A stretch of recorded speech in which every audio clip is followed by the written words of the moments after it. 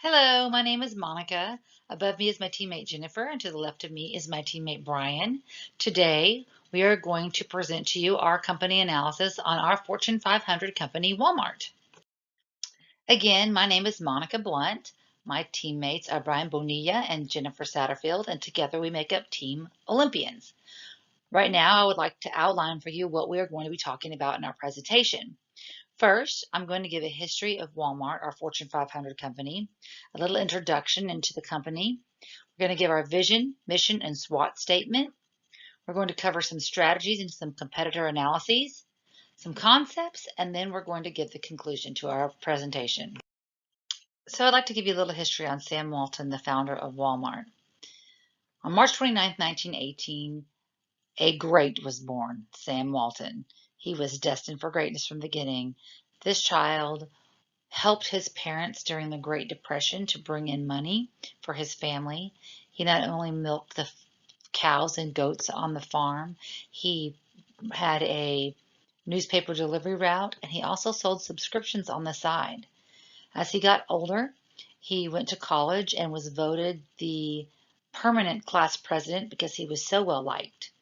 He was then drafted into the Army, where he became Captain of Army Intelligence, a very smart man, very high honors. On February 14th, 1943, he married his wife, Helen Kemper, and between 1944 and 1949, they gave birth to 4 children, and that was the making of a retail dynasty. Here I would like to discuss Walmart's empire. This slide is a little busy, but it is meant to be that way so that it can kind of give an insight into just how big Walmart is, not just within the United States, but globally. Walmart has expanded everywhere. We have Walmart Mexico y Centroamérica. We have Neighborhood Walmart, which is the grocery store part. We have Walmart China, Sam's Clubs, Walmart Canada, Walmart Mass Mart in Africa, Walmart Bharti in India, Walmart On the Go, which is the online store, Walmart ASDA, which is in the UK, and Walmart CU, which is in Japan. And those are just a few of the Walmarts that we have worldwide. Over here, there's a picture in 1980 where Sam Walton made his first billion in sales. And the picture that is above me on March 17, 1992, President Bush awarded Sam Walton the Presidential Medal of Freedom. Sam died April 5th, 1992, shortly after receiving the honor, so he did not get to quite enjoy that for even a month. But what a man that needed to be honored. And like the red signature over here says, always he will be remembered for his genius ways that he worked in retail by buying big, buying a lot, marking down the prices, and selling it and making money by the amount sold, not necessarily by the amount charged. Depicted here are some of Walmart's brands that they own. There are well-known ones such as Great Value and Equate, and even O'Roy, which was named after his dog when he was a child. And then there are some lesser-known brands such as Pen and Gear, Wonder Nation, and Auto Drive. But all of these brands here don't even make up a small portion of the brands that Walmart actually owns. This gives us a little peek, an insight into Walmart and just how big they really are. $1 billion is a lot of money, but $500 billion a year is an amount of money that I don't think that anybody can actually really fathom. There are 11,718 stores worldwide and counting, 2.3 million employees. They're in 28 different countries and continuing to grow, and they have 70 plus brands that they own themselves. So here is depicted the percentage of sales of distribution, which is what Walmart sells the most of, or what the percentages of, and how they sell their products. So at the top, we have their groceries are 56% of their sales, and that's in 2016, where in 2013 it was 55%. It's still more than half of their sales. It's risen a little bit. They don't have massive competitors when it comes to groceries. Entertainment, they went from 11% in 2013 down to 9% in 2016. And that has a lot to do with Amazon and Best Buy and online sales. So they are looking for ways to make up the gap there. Their health and wellness has stayed the same across the board, basically at 11%. Their hard lines, 9% all the way across the board. Apparel has risen some up until 2016. Now it's at 8% 2016. They expect for there to be a rise in that with the recent changes in their apparel line. And their home supplies, they've stayed consistently at 7%. And again, they also hope to bring those percentages up because of e-commerce and getting into trying to compete online with Amazon. They are the number one brick and mortar retailer. They just have some ground making up to do when it comes to online sales as Amazon beats them hands down. So this shows Walmart and its e-commerce. Very, very, very quickly, you can see that Amazon takes up half of the pie. Walmart only takes up this little bitty 3% piece of the pie over here. It's very easy to see that Walmart has a lot of growing to do when it comes to e-commerce. Now, the difference is that over here, Amazon, this is their online sales. This is Walmart's online sales. There's a huge difference. But there's also a huge difference if you look at Walmart's brick and mortar sales, which are their sales in store, and Amazon's in store sales. Now, here to me lies the difference in these two companies. Walmart has been around for a very long time. It has well established brick and mortar stores. People need stuff now. They can't wait all the time. They can't go online. Not everybody has access to online. Not everybody has credit cards. Not everybody has a way of getting online and buying their products. It's happening for people, but not everywhere. Is Amazon going to be able to catch up to Walmart in brick and mortar sales? I don't think so. I don't think it's even possible. It's just not really feasible for them to. I mean, they're doing very well with their online sales, but Walmart is a contender here. Walmart has tapped into the brick and mortar and has been for a very long time, but they have not really, really begun to tap into their online sales. And they are a huge competitor online for Amazon, even though they don't take up very much of the market. Walmart's strategies are, plain to see over the years. They have done nothing but grow, grow, grow, grow. So I have no doubt that in the very near future, Walmart may very well surpass Amazon in online sales. Amazon has a huge head start, but the World Wide Web is vast. There are a lot of markets out there. There are a lot of things to be tapped into, and Walmart can, and there is potential for them to, and a much quicker potential than there is for Amazon to tap into the brick and mortar area of retail sales. On this slide, it kind of portrays Walmart's dominance. It's a global presence as of 2016. It was heavily in North America, South America, New England, and Asia, and it's starting to move into Australia. And the other graph over here, you can see that Walmart has 50% more sales than actually Kroger does in groceries. And that's pretty significant considering they were a five and dime store to begin with. So, and from that point, the percentages just go way down. These other grocery stores are not even real contenders with Walmart. It's actually quite amazing the dominance that they have everywhere in the market. So one slide was chosen to show Walmart's share of net sales from 2008 to 2018 by division with Sam's and Walmart International and Walmart US. Now, Sam's up here, it's about 12% all the way across the board from the last 10 years. International, 24 seems to be roughly where they started and where they're ending. Actually, they started a little bit higher at 24.2 and have ended at 24%. They had a few larger years here in the middle, and they are working on trying to increase those sales. They are changing stores up. They're learning that cookie cutter stores don't really work everywhere. So they're changing their products. They're changing the way that they do business overseas, making sure that they incorporate the culture around them, and as they should. And of course, the United States sales are what make up most of their brick and mortar sales. They started out at 63. They had some serious dips in here, but when they had their dips, they had their international sales that kind of help make up for those sales. And then they're back over here at 64%. Now they kind of saturated their market. So this is where e-commerce is going to really help them in gaining some ground. And again, I do believe that they will continue to stay the world's top retailer, because once they really tap in to that e-commerce, they are going to give Amazon a run for their money.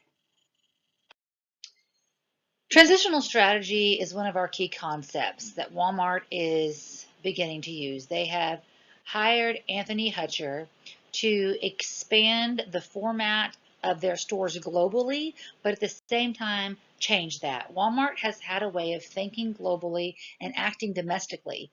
And what they're starting to do is think globally and act locally. And what that means is they are trying to use the local culture and the way that people buy locally and act locally, and they're trying to incorporate those into their stores. Just because one way works in the United States doesn't mean it works the same way overseas. We have stores that have 2 or 3 layouts, and those layouts may not work at other places.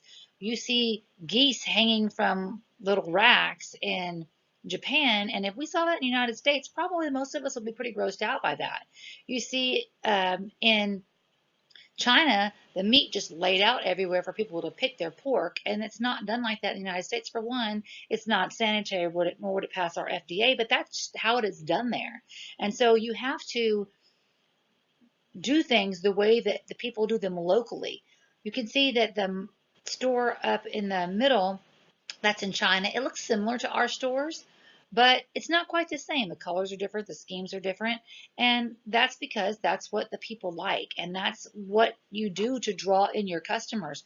You want to make sure that you bring in the culture, bring in the tastes, make your transition in a way that you are able to appeal to the local people of the country that you are beginning to do business in. Hi, my name is Jennifer Satterfield, and I am part of Team Olympians. For our Fortune 500 company, Walmart, I'm going to talk about our vision, our mission statement, our SWOT analysis, corporate culture concept, and buyer bargaining power concept. Walmart's vision statement is to be the best retailer in the hearts and minds of consumers and employees. And this basically goes hand in hand with a quote that Sam Walton said himself. He said, "The secret of successful retailing is to give your customers what they want. And really, thinking from a customer point of view, you want everything. A wide assortment of good quality, merchandise, lowest possible prices, pleasant shopping experience, and of course, free parking." So Walmart's vision is to make sure your customers are having a successful time shopping. You're giving them what they want. That way they always come back. Walmart's mission statement is saving people money so they can live better. Or for short, save money, live better. For the most part, the business has been able to achieve saving people money because it offers everyday low prices. But is everyday low prices and saving money going to make you live better? Maybe, but I don't think they've completely figured out how to make people live better. So I think that their mission statement needs just a little bit of an adjustment. Walmart's SWOT analysis. That is their strengths, weaknesses, opportunities, and threats. So for their strengths, Walmart is the largest retailer by revenue in the world, which allows it to have strong market power over suppliers and competitors. Basically, this means that the company can access the best supplies as well as be able to negotiate for favorable prices with their suppliers. For their weaknesses, They have a lot of lack of employee motivation, and poor wages is probably part of the factor that contributes to them having no motivation. I know when I walk into Walmart, I'd look at everyone and they all just look like they hate their job. And it's probably a lack of social responsibility, and it just impacts employee morale and affects their overall performance.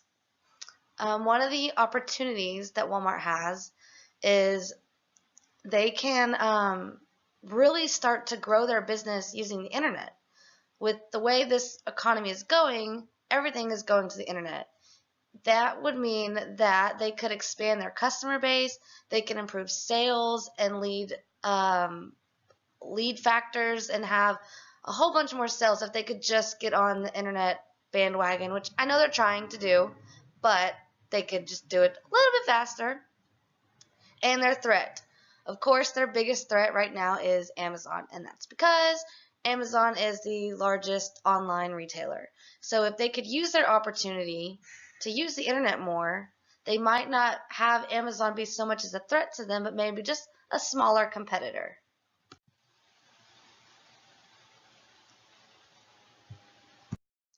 Corporate culture is the behavior of company executives, managers, and all the other employees. It's how these individuals do their jobs and carry out their business tasks on a daily basis. Walmart defines their culture as their values in action. It's how we deliver superior customer service, create a great frontline work environment, and improve performance in order to achieve our common purpose, which is saving people money so they can live better.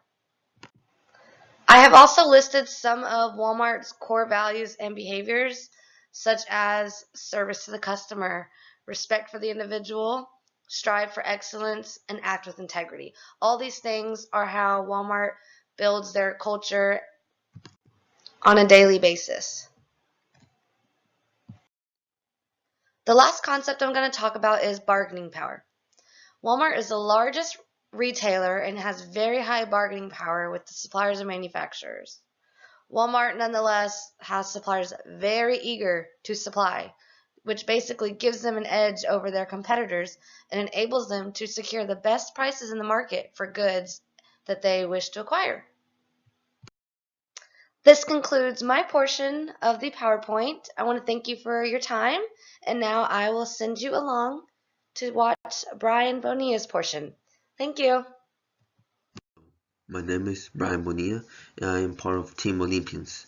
I will cover on the human resource management strategy, the low prices always strategy, the technology strategy, the diversification strategy, the Walmart, Costco, and Target stock charts, the Walmart versus SP500, and the economies of scope concept. Let's begin. On this slide, I'm going to discuss the human resource management strategy Walmart uses. First and foremost, the main objective for this strategy is to keep labor costs low as it can across all Walmarts worldwide.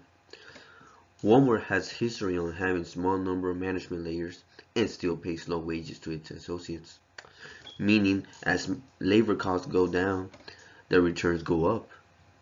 Walmart plays smart by not spending money on having luxury offices nor aboarding fancy planes. When personnel travel, they still stay in ship hotels, sharing no rooms. Walmart has no unionization policy. Walmart comes on top against its competitors Costco and Target on operating income and net profit volumes just by its low wages. On this slide, I will discuss the low price always strategy. Like any business, attracting customers is nothing easy. Once a company finds its way on attracting customers, then they stick to it. Walmart at the moment operates under the slogan, save money, live better. Walmart had a previous slogan as always low prices.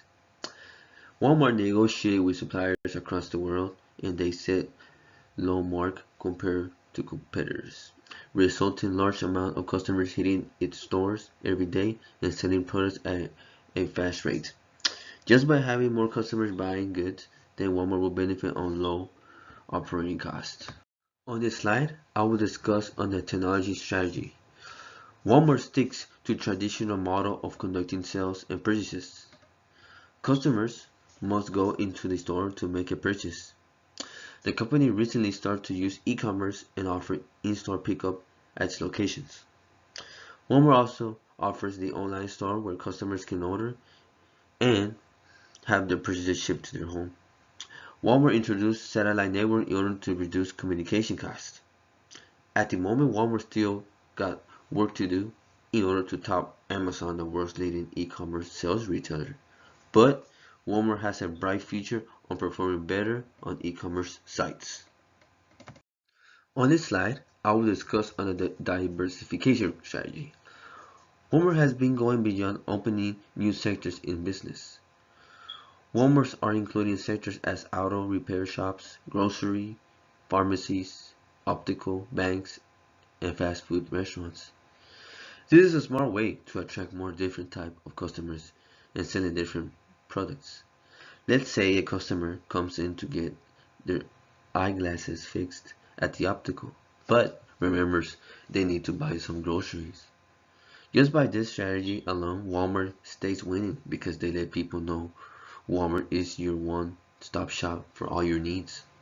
Competitors like Costco and Target follow the same idea, but Walmart simply dominates over them any day. On this slide displays the stock chart for Walmart, Costco, and Target. As you can see, Walmart stays loyal to its low prices every day. Walmart stocks show a constant trend, while Costco stock trend tends to increase as the years go by. For Target's stock trend presents as like one day can be low and the next it skyrockets out of nowhere. While competitors do good, Walmart does better. On this slide displays the Walmart stock market against SP500. It's crucial how Walmart's success by its own reflects on the overall stock for the whole SP500. In other words, while Walmart is near its bottom, then the rest of the stock market may be near its top. This gives you an idea on how well the market is doing as a whole and then how well Walmart is doing to that. On this slide, I will discuss on the economy of scope. Economy of scope defines as when a company saves money just by producing multiple goods, when the cost of production is less than producing goods separately. Walmart makes different type of food, and by producing similar items, it reduces unit and total cost. That's why Walmart offers 2-day delivery in order to do any monitoring and arranging for its destination and be shipped together to help reduce cost of sales. From the company analysis, we have learned that for Walmart to continue to keep its competitive advantage in its brick and mortar sector of all the markets, it needs to continue to create positive brand and company recognition. With the implementation of its new apparel lines, it is going to be competing with Target in its new hip clothing, and this should be a positive impact for Walmart because its clothing line has not been very up to date. The corporate strategy should continue to branch out and seek new sectors of the retail market, such as e-commerce, and tap into ways to attract the customers who currently use Amazon for their online shopping preference. Sam Walton's strategy from the beginning was to buy masses at low prices, lower the markup, and pass the savings on to his customers. This enables stores to earn profits on increased volume of sales, and it is what continues to keep Walmart at the top of the retail world. Supply chain management at Walmart is one of its strengths and is key in keeping the business running efficiently. They have built relationships with their suppliers and vendors. They use cutting-edge technology to keep their storage of their products down, and they use cross-stocking and their use of data sharing and link sharing system that help avoid stockouts. Walmart is a leader in innovation and continues to drive competitors to the brink of extinction. With this low price strategy and the customer is always right policy, Walmart is sure to stay the #1 retailer in the world. How many points should we get on this project? I think that all of us are going to say we deserve full points. Do I feel like we deserve full points? Absolutely. I feel like we covered everything that we needed to cover. I feel like we have a nice presentation and that we each contributed. And I thank you for the time that you've taken to watch our slideshow, and I hope that you give us positive feedback. Thank you.